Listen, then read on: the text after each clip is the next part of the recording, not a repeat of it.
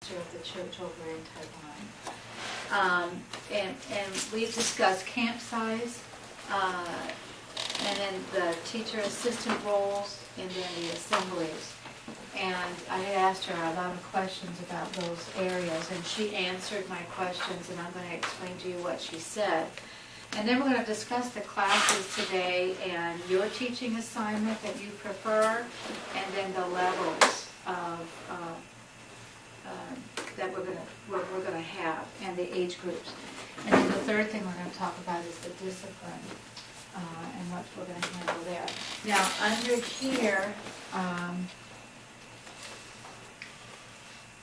we're going to just touch briefly on the lessons, and that's going to be for both the English and the Bible camp. And then we're going to talk briefly about the assemblies, the games at the break time. So we're going to touch briefly on that. So what I have today is I have some more handouts to give you regarding the information on discipline. It's going to look, when I give it to you, it's going to look like it's an overload, but it really isn't. We're just going to read and talk about what others say about discipline and what I've learned through teaching for 22 years, and things that just you need to ponder in your mind about discipline, and you need to change your thinking about discipline. Okay, so we're going to do that. So let's start off, and now, who is it that, let me see, it was Clement who went to Taiwan, right? So, anyway, and I think that's about it.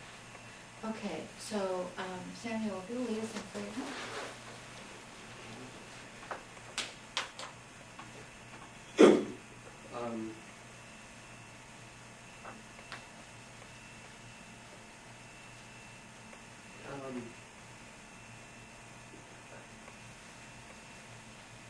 Dear Lord, over this next time, please be with us and help us to focus on this work that we are doing. Please help us to understand. Thank you for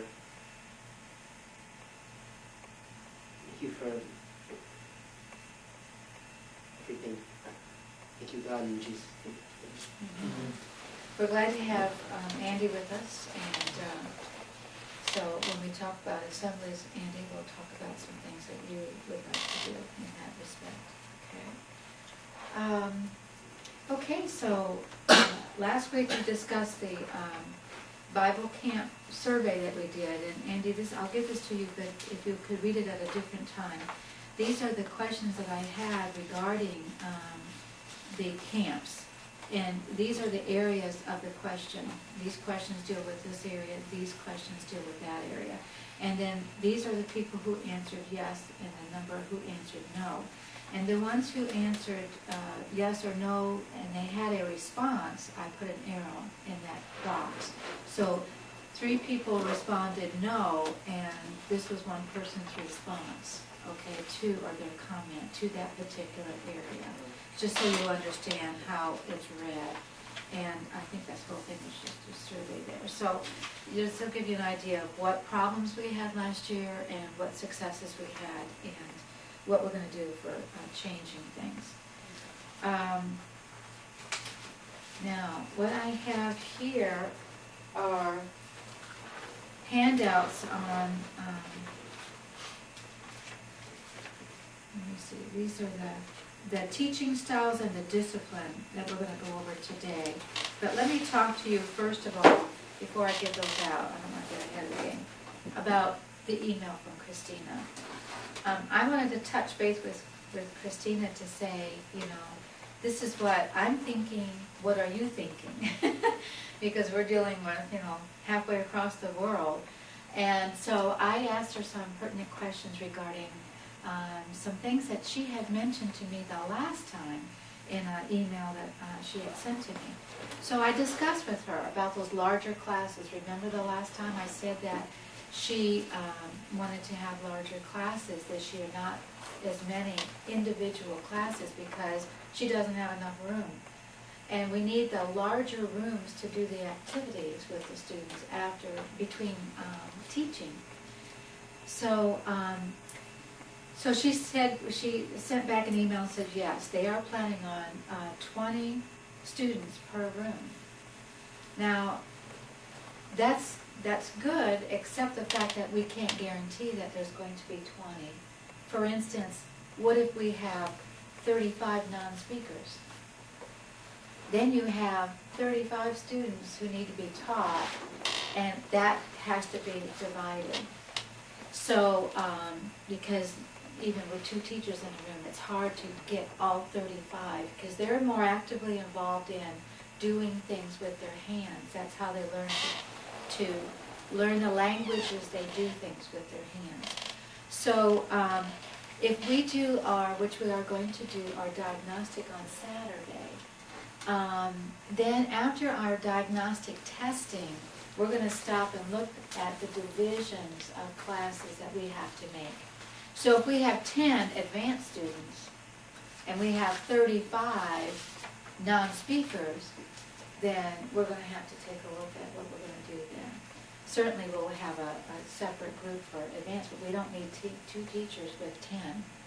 So what we will do is take 1 teacher from that advanced group and move it to an area where we have a more special need. So what I need to know from you today when we discuss the second group is what levels you would like.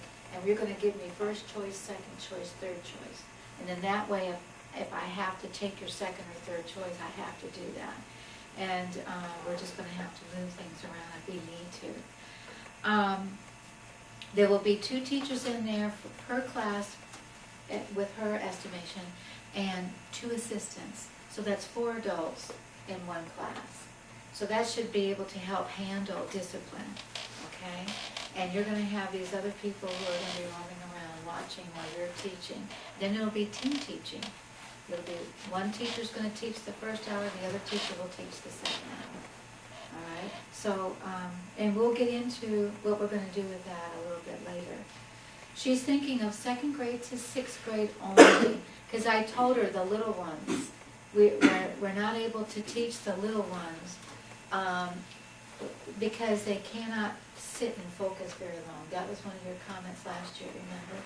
That you had a 7-year-old, 6-year-old with a 10-year-old, and it just did not work.